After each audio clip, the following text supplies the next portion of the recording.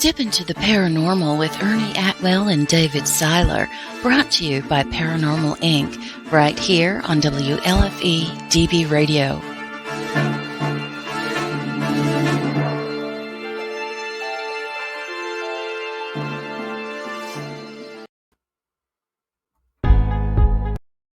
Let's try that again. Wrong button. Hello, everybody, and welcome to episode 56 of Step Into the Paranormal. Man, we got it right. Got it right this time. You don't want to know how much math that took. But first of all, thank you for taking your Sunday evening on a Mother's Day evening for joining us. To all those mothers out there, we love you. Thank you for all you do. Let me start the show by I want to send out condolences to the family of Fast Jimmy from WBFF Fox 45 News. Everybody knows him as Traffic Jam Jimmy.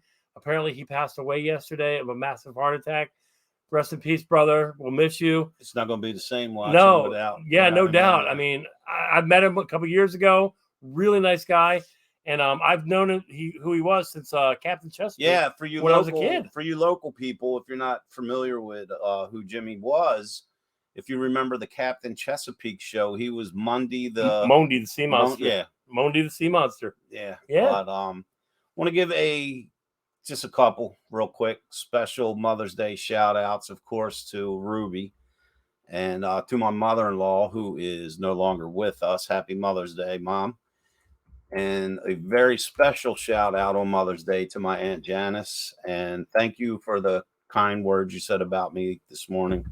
I really appreciate it. And there's a birthday in the house today. Well, not in the house, but in the house today. Our brother. My friend, my dear old, and I don't mean old because you're older than me. He's old friend, Larry Walker. Happy birthday, brother. Everyone that knows us knows Larry. He comes to a lot of our events. He actually came out and supported me on Friday. Thank you, Larry. And hope you have an amazing birthday. Absolutely. Today. Hi, Ted. Ted joined us. Hey, Ted. So we have a very special guest. Very special guest. So we got something going on in 2 weeks. What do we got going on in 2 weeks? It's under 2 weeks, man. Under 2 weeks. We got the first annual.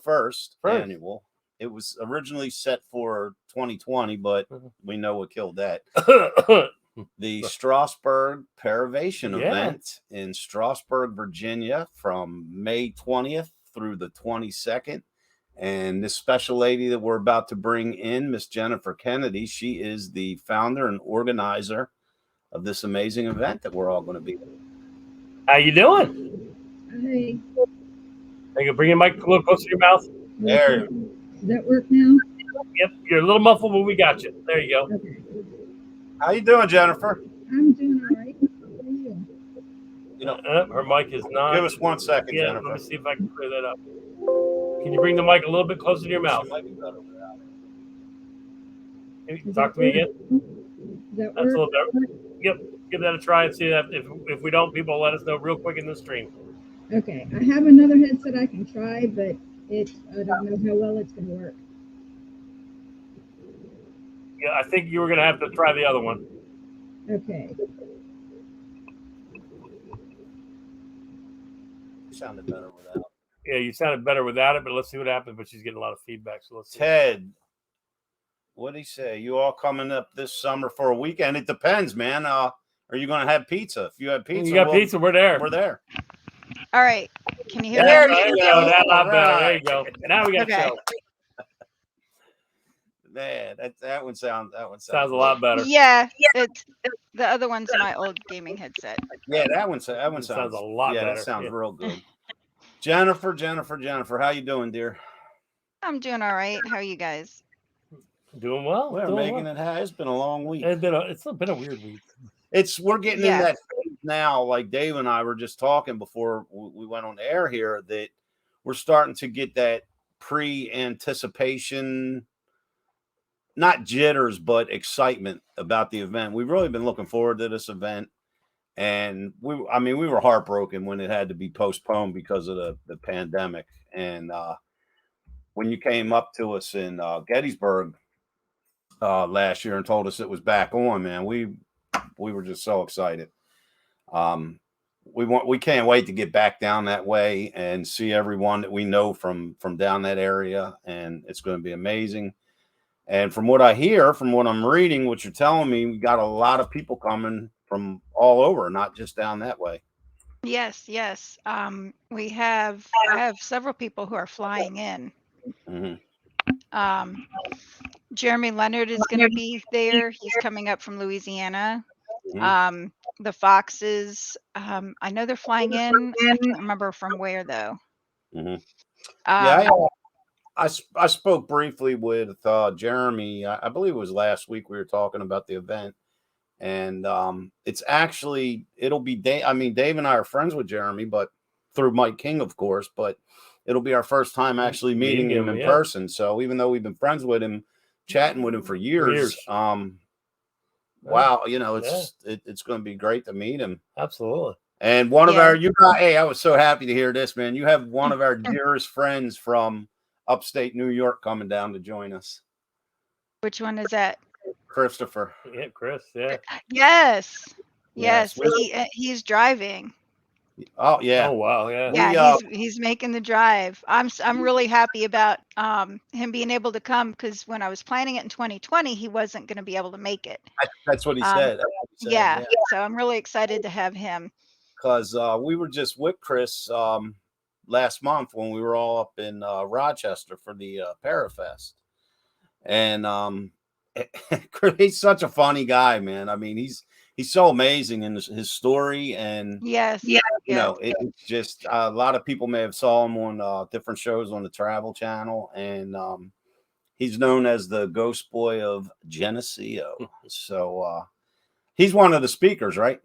Yes, he's one of the speakers. He's going to be telling about his experience, and he's just a really positive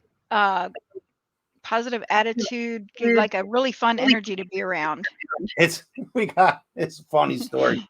It was the last day of Parafest, and Dave and I, we were at the far end of the room up against the back wall, and Chris was set up in one of the aisles, and they were doing like the silent auction or whatever, and then they started like auctioning off our books and stuff like that. And Dave's yelling, hey Ernie, raise your hand. And I'm thinking I'm gonna put my hand up, and then all of a sudden they're gonna be like, yeah, and Ernie bids $100. I thought it was a setup. So I'm like kind of leery and I'm waving my hand. Well, Chris didn't see where we were at or whatever, and he comes back and he's like, hey man, can I borrow a Sharpie? And I'm like, yeah, sure. And he's like, someone wants my autograph. But he's a character, man. All that whole crew from up like the New England, upstate New York area, man, they're just a bunch of great people. And absolutely. So Jennifer, give everybody, I know there's going to be a lot of people tuning in, if not live, watching this later, that's excited to hear about the Paravation event. So please tell them where it's at, when it's at, how it's at, what's going on. Tell us anything and everything that you need to get out there about it. Okay, so the Paravation, the Strasburg Historical Paravation, is being held at Hubbs Hill Battlefield in Strasburg, Virginia. And it is on May 20th. The VIP party is actually on the 20th, and the main event is on the 21st and 22nd. It is a charity event to raise money for the historic Heater House. And the Heater House is kind of up the road from where it's located. It is over 270 years old, and it's in pretty bad disrepair, but at the same time, it's got some really good bones and some really neat original architectural features, such as the original plaster, the limestone and hair plaster. Back in those days, in the 1700s, they mixed hair with plaster for insulation. Wow. Yeah, I've got a bunch of pictures that I plan on posting on the website. I was able to get my own personal tour back in 2020. Right now it's closed to the public, so I do want to ask, please do not go up and try and sneak in. There will be police checking on it during the weekend of the event. It's just not safe. It's got a lot of water damage on one side of the house, but it's a really cool historic house. And the sorry, my cat is sneezing. The Cedar Creek Battlefield Foundation is the people who own the house, and they are working on doing research and studies on it. They just recently got the first report back for it. They're going to be doing probably in a few years some archaeology on it and working to restore it. And this specific year, we are raising money to replace the windows and the window sills. They actually just lost another window this past winter. They're trying to get some restorations like that done as they're studying it, just to try and prevent any more damage. But yeah, the all of the ticket sales, the vendor tables, everything, all of that money is going to the heater house. And you're going to have like a silent auction type thing? Yes, we are going to have speakers. There's a full day of speakers on Saturday and Sunday. And sorry, my cat keeps rubbing against my laptop, so it's bouncing the camera.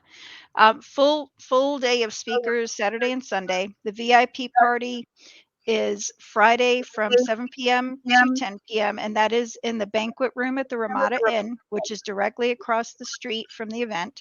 Where we And are. yep, there's going to be a DJ at the VIP party and food and refreshments there. Nice. And DJ dancing. I actually know the DJ. I've known her for decades, and she's awesome. Her name is DJ Sunny. Well, what we're going to do, I just came up with a brilliant idea to raise money. Oh. Since you're having a DJ and you said it's going to be dancing, we're going to have Dave start off in his Speedo dancing. What we're going to do is we're trying to make money. Wait a minute. You let me. We're going to do this in reverse. Every time someone donates $1 to his Speedo, we're going to have him put an article of clothing. No, back that'll on. be $100. $100 fully donatable. And yeah, I'd do that. But I got a little bit of a surprise for the auction. When you and I were talking about that, of course, we're going to donate some Paranormal Inc. stuff, and I'm going to throw a copy of my book in there.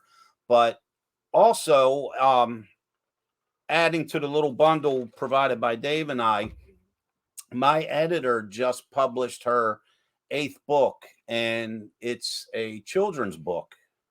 So I'm going to be donating. It's a really cool book for kids too, man. It's got the little spooky going on, but nothing. You know what I mean? It's a great children's book, and I'm going to throw that copy of that in there in the bundle that we're donating for the auction. So awesome.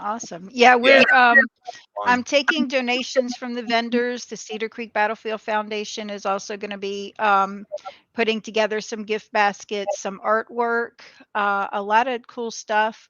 We're going to be doing a silent auction and another like raffle where you'll get to buy tickets for specific items. My store, I own a metaphysical shop, and which is the sponsor of the event. My shop will be donating items as well, different metaphysical items. What kind of items you have in your shop for those that aren't familiar? I have crystals, candles, incense, basically metaphysical tools for like healing and for spellcraft, a big variety of things like that. Nice. Very good. Where's your shop located at? It is at 764 South Main Street in Woodstock, Virginia. Nice. It's about 30 minutes or so away from the event itself. Are you going to be selling items there from your shop? Or yes. Because I know you got a lot going on. Oh, I have a great support network. My paranormal team, Shenandoah Paranormal Watch, they're going to be helping during the event, and I will have a table set up. I have some people who are going to be helping me for the Crystal Cat. The Crystal Cat will have a table there. Shenandoah Paranormal Watch will have a table there, and like I said, they'll be helping with the event, and the Crystal Cat will be selling items as well. Nice. Very nice. Who and also I wanted to tell you, you did an amazing job on the website. Thank you. Every now and then I check it, and for the updates and what have you. And list the website so that people can find it. It's paravation.org. That's PARAVATION, paravation.org. And I was so surprised because I had no idea, but I forget what I clicked on, but then it was like special event, and I seen a haunted doll, and I'm like, oh shoot, somebody else. No, I didn't know that she listed Sandra. I didn't know it was ours. I thought somebody else. And I clicked on and there's mine and your mushes on there with Sandra. And I'm like, oh. So funny part is, as we were down here getting ready for the show, we were listening to footsteps roam around upstairs at the top of my house, and Ernie's like, "Is Grace here?" It was crazy because we were getting ready to come, because our studio here is in Dave's basement. We have a separate section, and I was upstairs in the restroom, and I thought Dave came back upstairs. I mean, Dave's a heavy walker; he's a big guy, and I heard him, and I was waiting for him to say something. So I come down, and he was in the same spot, and I said, "Were you upstairs?" He said, "No." So Dave's dog lays here with us while we broadcast the show, and I heard the footsteps again. Well, she was right here, and his dog Rose actually looked upstairs and then ran up to see what it was. And there's no one up there, man. It was. I'm like, welcome to my world. That happens all the time here. Yeah, I honestly, Dave, I thought you come back upstairs like to get your phone or a speaker. Or, it was crazy. Yep. So it was crazy. That happens all the time. And Sandra, she loves moving to right here on our desk. When you're not looking, the times that I found it, I thought he was squirreling around with me. But yeah, she moves on her own. You hear a kid giggling here every now and then when there's nobody here. Yeah, so it does happen. So, but Sandra will be with us during the whole event. She'll be out on display, and everyone can come up and see her, and people like taking pictures of her and all that good stuff. So yeah, there's that. The Sandra's going to be there. Also, the Foxes are bringing a haunted, not really haunted, but a cursed box. And this is actually a pretty cool story. I studied demonology with Jeremy Leonard, and they were in the class with me. And they were working a paranormal case at the time, and they found this box buried on this property. And it had all these weird symbols on it, and they opened it up, and there was a doll inside with a bunch of nails nailed into the chest and a lot of other weird personal items. And it was an old doll. And I'm an occult specialist. I've been studying occult for decades. And I was working with them to help them figure out what it was. I explained to them what it was. It was a curse. And I worked with them to break the curse and to bind the box and get rid of any entities attached to it. And it all went pretty well. And they're going to have that box and the contents at the event to show everybody. And they're going to be speaking to tell the story of it. Wow, that's very cool. The haunted items things, man. I've always been like, back when I mean, they still re-show them, but when John Zaffis's show, The Haunted Collector, was on, and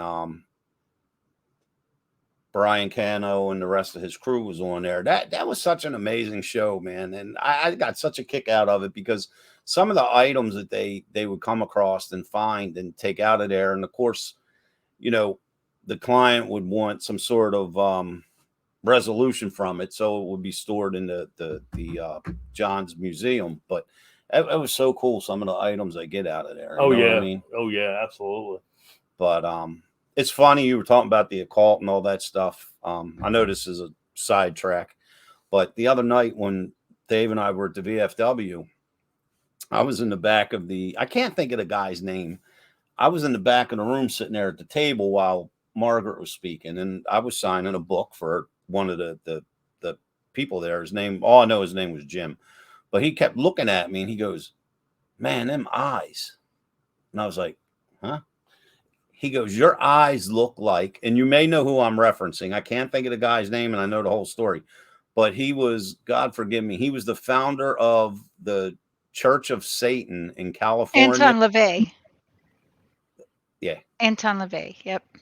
He said that he said that my eyes look just like his. And I'm like, I never really looked at his eyes that in depth, but I thought that when you brought up the occult, that anyway, now that we've covered Paravation, I know you got hell of a backstory with, this entire field. Tell us a little bit about yourself, Jennifer, and how you got into all this. Okay. Before I do that, there's 2 more things I want to bring up about the Paravation real quick. Sure. Rick Hayes, he's known as one of the top 25 psychics in the country. He's going to be doing a special connections gallery on Sunday from 2 p.m. to 4 p.m. And those tickets are on sale right now. You can find the link on the website. If you order them ahead of time online, it's $10 off. Okay. And there's also the Sisterhood. They're going to be doing something that we've never seen done before. This is the first time they're doing it, but they're doing a Reiki and healing session gallery. Wow. Where the tickets are only $10. And a portion of these ticket sales are all going to the Heater House. The gallery, I believe, is 11 or 11:30. I'll have to look at the schedule on Sunday. It's going to be, I believe, an hour long. Can you elaborate a little bit on the special event that Rick Hayes is doing? It's a psychic connections gallery to connect with past loved ones. Wow. Ooh, okay. Yeah. I might check that one out. Yeah, myself. dude, I might, because the 2 of the spirits that I know here in my house are my grandparents. We've had too many people confirm that, too many mediums, and too many things that we've gotten very specific names that I don't tell anybody that came across to show that it's my grandparents. Well, tell her when you was with this confirms it beyond a reasonable doubt for me, when you were with Amy Allen. First of all, I love Amy. Amy, if you're watching, I love you. Yeah, you're like my dream girl. Anyway, hold on, sorry. That went in a went in a whole different direction. No, we went into the New Jersey Paracon, and her line was like God for all day. And then at the very end of the day, I looked down. There was like 3 people left in line, so I scurry down the hallway and jump in. And then one lady jumps in behind me. Now, only thing I have on it is a badge that says vendor on one side. You flip it over, it says Haldeman Mansion on the other. And she looks at me and goes, "Hi, David." And she goes, "You have 2 people hanging with you. One guy over here," and then she does her thing, goes into the eye roll thing. She describes my grandmother and grandfather and also my father, who I barely knew. And she just rolled my jaw back there. And so she is just an amazing woman. So she told me that they're following me everywhere, and that I have a blue aura, whatever that means, and that spirits are attracted to me, which is why I do what I do. I love her. What do you do? Run from you. So you asked me about myself. I have been interested in the paranormal for a very long time. I saw my first entity when I was like 8 years old. It was out in a field, and it was just a pair of legs. okay. I didn't see any other part. It was just a pair of legs walking across the field. I saw my first full body apparition when I was 13 years old. I mean, it was a full body woman in period clothing, standing next to the bed, just looking down at me and smiling. Now, I'm a psychic medium. I've had my abilities forever. I remember when I was 5 years old, I used to run up to the telephone right before it would ring and stick my hand on it, ready to answer it. That's And cool. yeah, when I was 12 years old, I went through a really traumatic event, basically.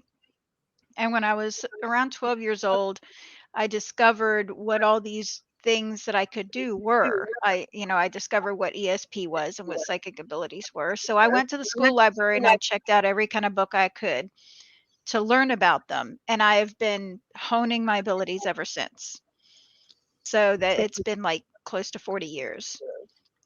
And I used to do readings back in the early 2000s, and my reputation grew to the point where people were showing up on my doorstep at 2 and 3 o'clock in the morning. So yeah, I stopped doing readings because I just, I need sleep. Yeah. So years later,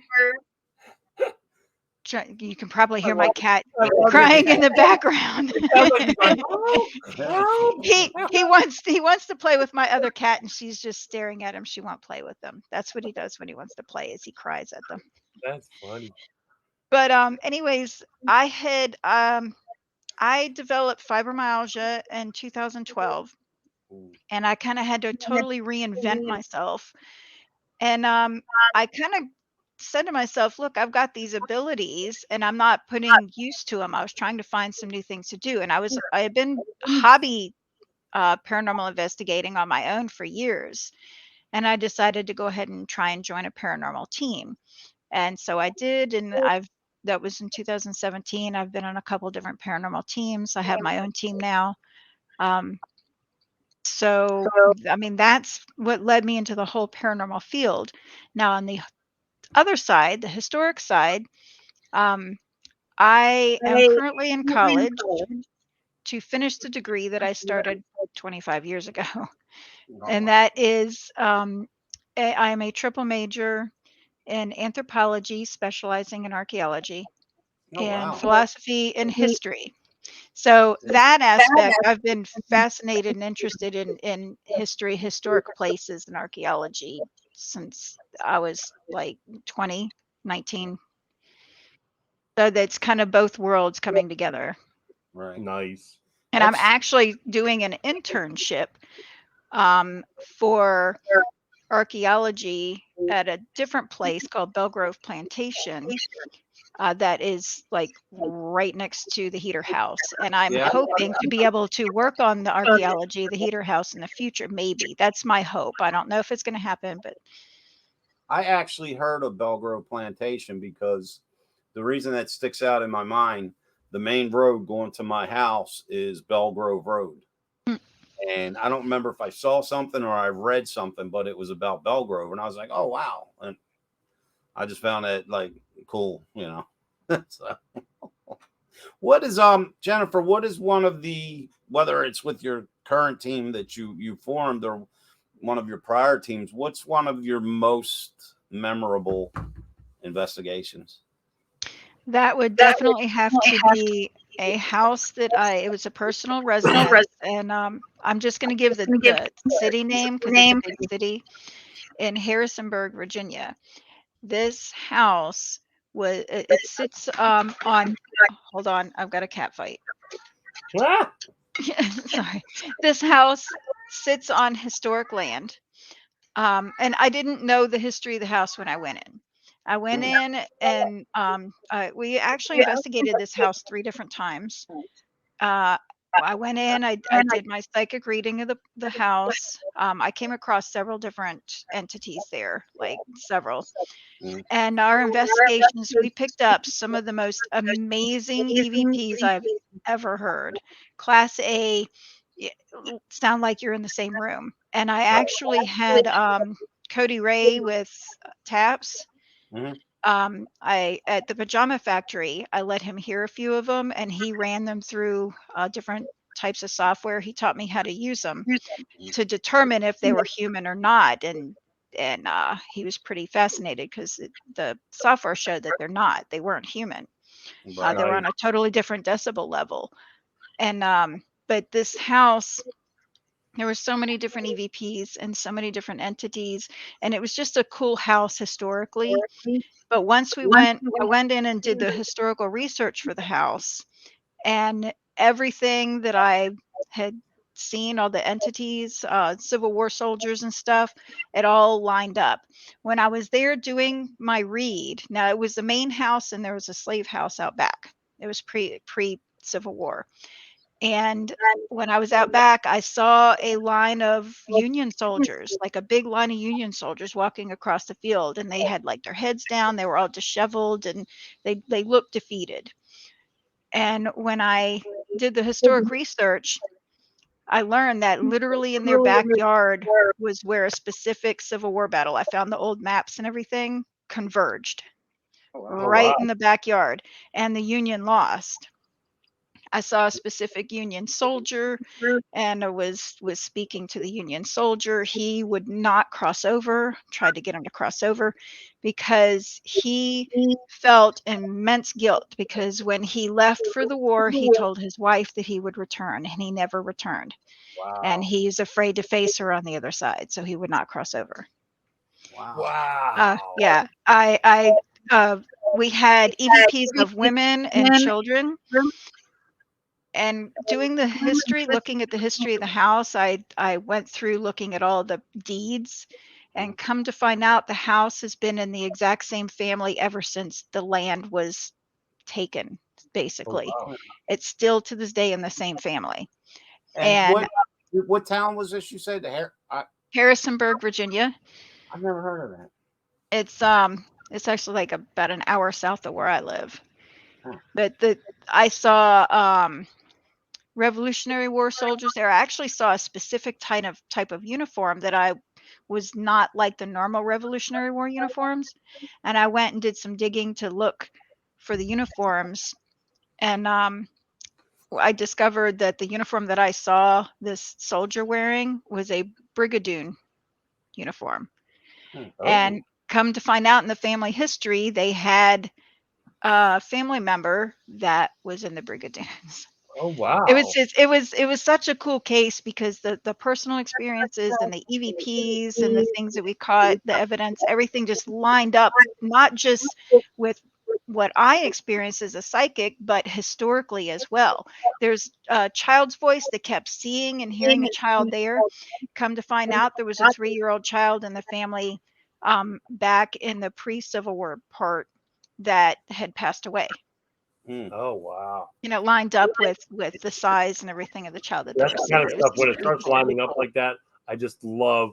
That's the part I love about ghost hunting. Really, for real. I know, because when it gets like I had back in 2008, I captured a photo at a specific location during the day in Gettysburg, and it appeared to be a soldier leaning on a rock, looked like he was looking up a hill. And I mean, it was clear as day. I mean, so anyway, I knew a friend of mine. He's since passed away. He was like the encyclopedia on Civil War. Like this guy knew everything about every location, everything. So I was telling him about the photo, and I took it in and showed him one night. And the photo that I captured, the uniform that this apparent apparition was wearing was the same colors and style of hats that the troop from whatever state took over that location of that hill. So he confirmed that the picture did look like a uniform of a soldier that's troop took over that hill. So I was like, well, and I had no idea. I was just happy that I got a photo. Something. Yeah. So it's so cool when things like that line up. Yeah. That's why, like, when we do a lot of residential cases, I mean, we want kind of like the nuts and bolts of the case, but not too specific. You know what I mean? Because we don't like having like our biases when you go in. That's right. Yeah, and we don't want our mind muddied up or clouded, because even if like a certain name or whatever isn't on the tip of our tongue at the time, it's still, embedded in our brain somewhere. That's why we like to just your very vague, information, just a little this or that we need to get started. But sometimes when you have that information, I've seen investigators who go in and they only focus on that information. They only ask questions about that specific person or that specific situation, and they're not open to any other ideas or concepts. And see, if we would have been that way when we did the remember the guy thought a demon or something was right in the demon house, right? That we had a case just take a 180-degree turn on us. And it was nothing at all what the client thought it was. The client thought that there was a demon in his house, which there wasn't. It turned out it was his roommate just trying to get him to leave the house because she wanted the house by herself. But during the investigation, it came full circle. We got a name through a spirit box. As soon as the guy heard it, he jumps up, runs out of the room. First and last name, actually. First and last name of we didn't know who it was. And this guy went and literally scurried out of the room, comes back with the deed from before him saying, and the guy's name was on it. Yeah. So we came to the conclusion, Jennifer, that since this roommate was trying to trick him into thinking something was there to scare him, that the previous owner of the house had some sort of liking or attachment to this kid and was warning him about what was going on. Yeah. So it, if we'd have known a little too much, we wouldn't have known. Yeah, it wouldn't wouldn't have been as, such a great reveal when we figured it out. So I recently closed the case like that. It did a complete 180, complete similar to that, but it actually turned out to be demonic. And this case, it was really interesting because it didn't follow your typical demonic. It was very hard to detect. I wound up making a total of 9 visits to this home over a period of, I started November last year, December, January, February, March. I just wrapped it up in April. So, a total of like 9 visits. And when I went in originally, a lot of times I like to just do a preliminary. I'll go in with just a basic equipment like a K2 meter and a spirit box and EVP recorder. Take some base reads with the K2, some base reads with the temperature, and just stay for a couple hours. Just do short little EVP sessions, do a client interview, and then see what I get, and kind of go from there. Determine, okay, this is enough to kind of figure out where we're headed if I want to do a full investigation. And this one at first seemed pretty cut and dry. It was a house that had never been owned by anybody else. It was a single owner home until she bought it. The owner had passed away, not in the house, but he had passed away. And the owner was the person who built the house. And some of the furniture had been left behind. She was using it. She got it with the house. And so she was having items up here in the house. And there were items that the previous owner had used, like a spool of thread. Nobody in her house sews or anything like that. And it was a specific type of spool of thread that the previous owner had used in a hobby. She had a couple other little things like that, like barber scissors just show up. So, usually in a demonic case, you're going to see coins or like a lot of the same thing. Coins are pretty common. I had one demonic case where the socks, just old socks, kept showing up. So usually you don't see things like that. Right. And when we did the EVP session, the spirit box session, we were asking questions, kind of a variety. But we started getting responses that went along the lines of the previous owner. And then we kind of stuck to that, the previous owner. And some of the responses were like, hey, are you in the military? And the response was yes. And we asked what branch, and the response was the Navy. And so we went and we kind of looked that up and discovered, okay, yes, he had, because we didn't know at the time if he was in the military. And we went up and looked his obituary up, and come to find out the previous owner was in the Navy. So, initially it looked like, okay, this is just a previous owner and he's, hanging out because it's his old house. He lived here for 30 years and he's attached to the furniture. But when I went home and I reviewed the hour-long spirit box and EVP session, the first 30 minutes alone, there were over 24 EVPs, most of them Class A EVPs. Now, we've got a quick question. Why would socks be demonic? The socks specifically aren't demonic, but usually, not usually, but in a lot of demonic cases, you'll see items just appear that weren't there before. It's when it's a specific item, it doesn't really matter what it is, but it's usually the same thing coming up repeatedly.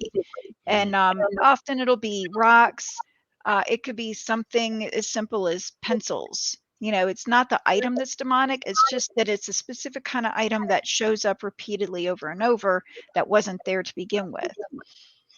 And it just so happened that one case, it was old socks. Just these old socks just kept appearing, and like children's socks, adult socks, and they weren't hers. They weren't the clients. Is there any significance between the client and an item that may show up, or is it just random because It's a random. Okay. Yeah. Huh. But back to the case, I thought it was the owner. Oh, I had listened just to the first 30 minutes. I had over 2 dozen EVPs. I've never, ever, Wow. even when I was hobby ghost hunting, I've never, I mean, you're lucky to get one EVP in an 8-hour night. You Yeah. know, I'm like, hold on, this is a travel point of something. They're coming from somewhere because you just don't get this. I got What, multiple the men, same- women, children, names. Wow. That's what I was going to ask. Was it the same person or a few people in all the, or was It it was just a lot of different people. Wow. Yeah, and I also, my daughter's name came up, my ex-husband's name came up, and they weren't present. Yeah, so I had the 2 relatives of the woman, of the client, their names came up and a lot of different names that we didn't recognize. I mean, it was a lot, and I was like, wait a minute, pump the brakes. I need to figure out what's going on here because it's just not normal to get that many EVPs, especially in 30 minutes. Right. And I went back and I talked to her, I explained to her, I let her hear some of the EVPs, and she recognized one of the voices as her grandmother.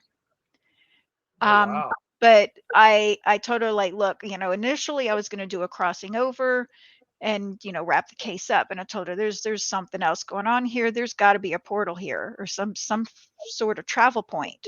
Mm. So I went back another time, set up a time, and I checked the whole property for portals, and I couldn't find one.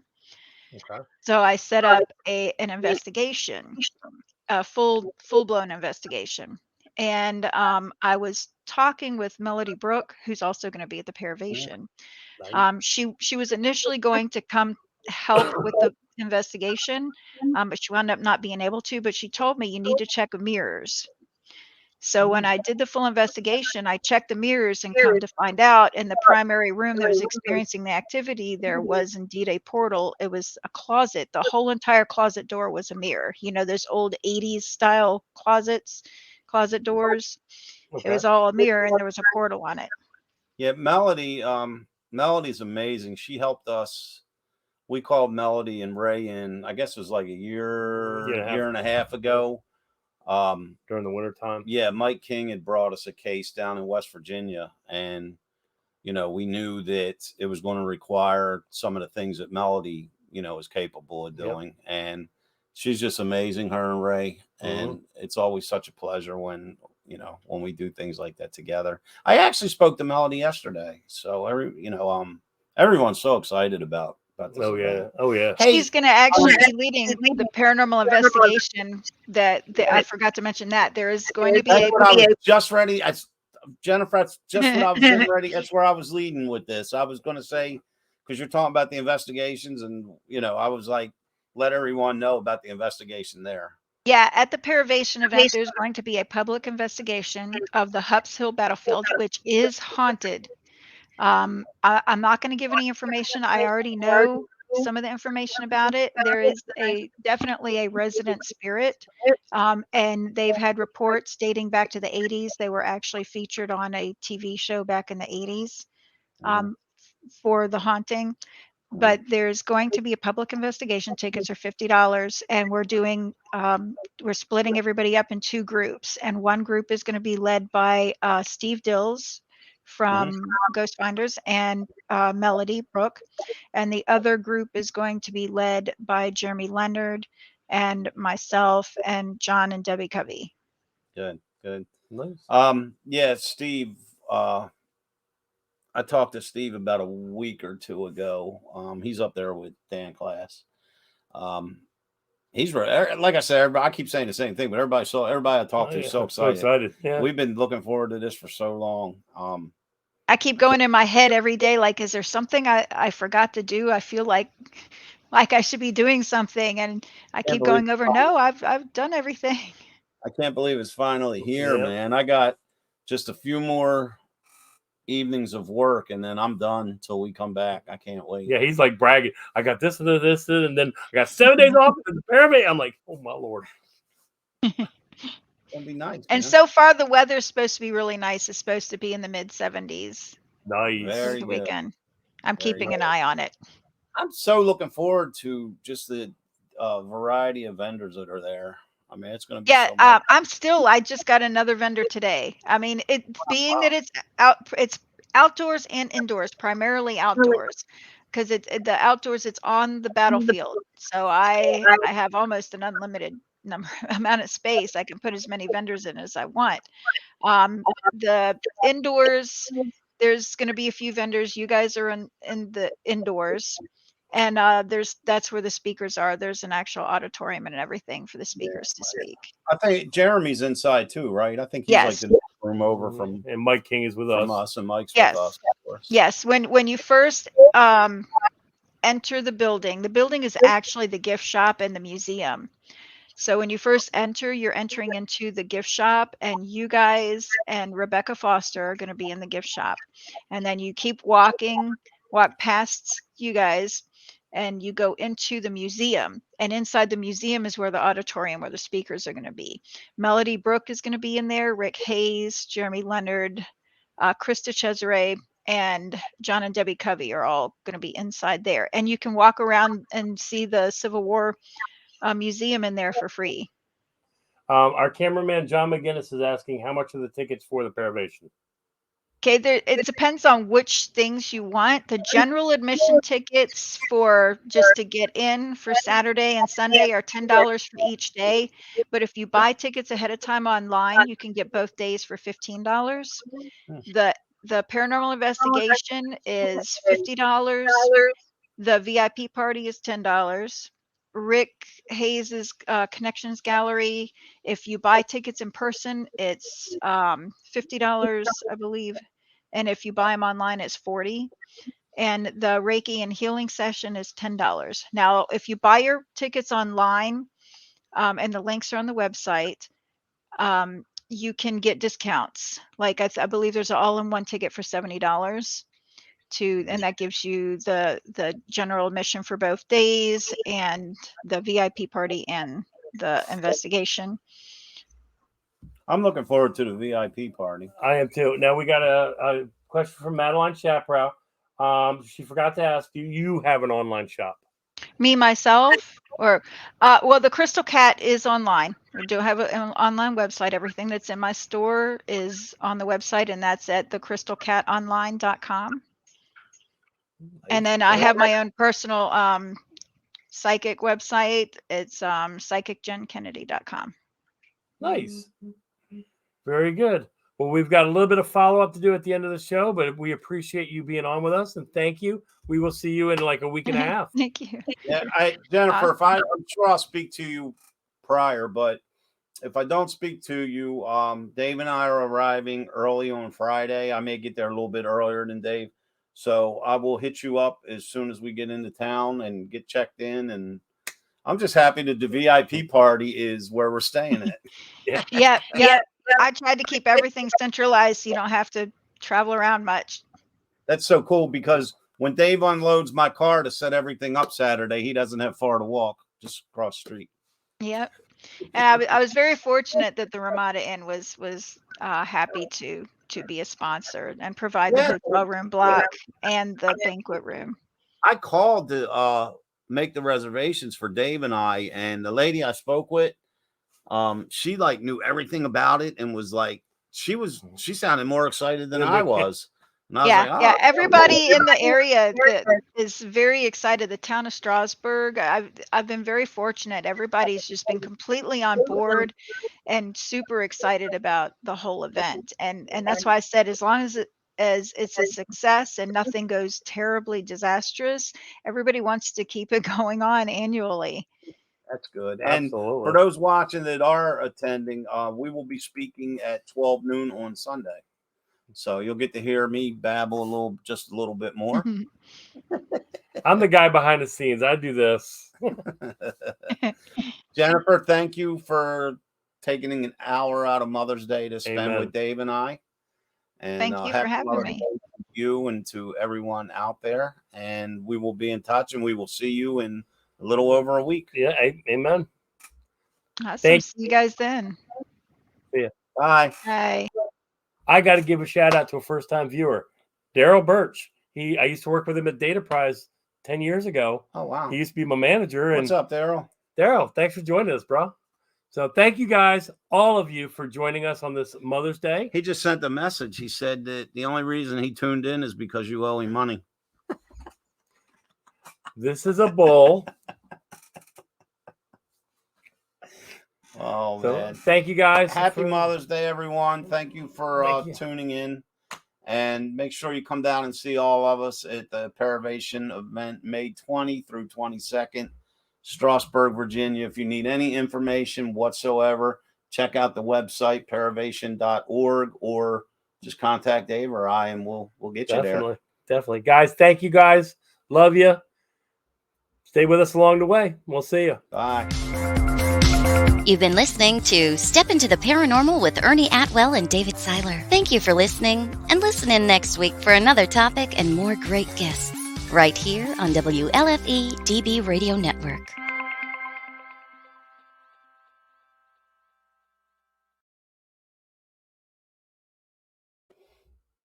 She's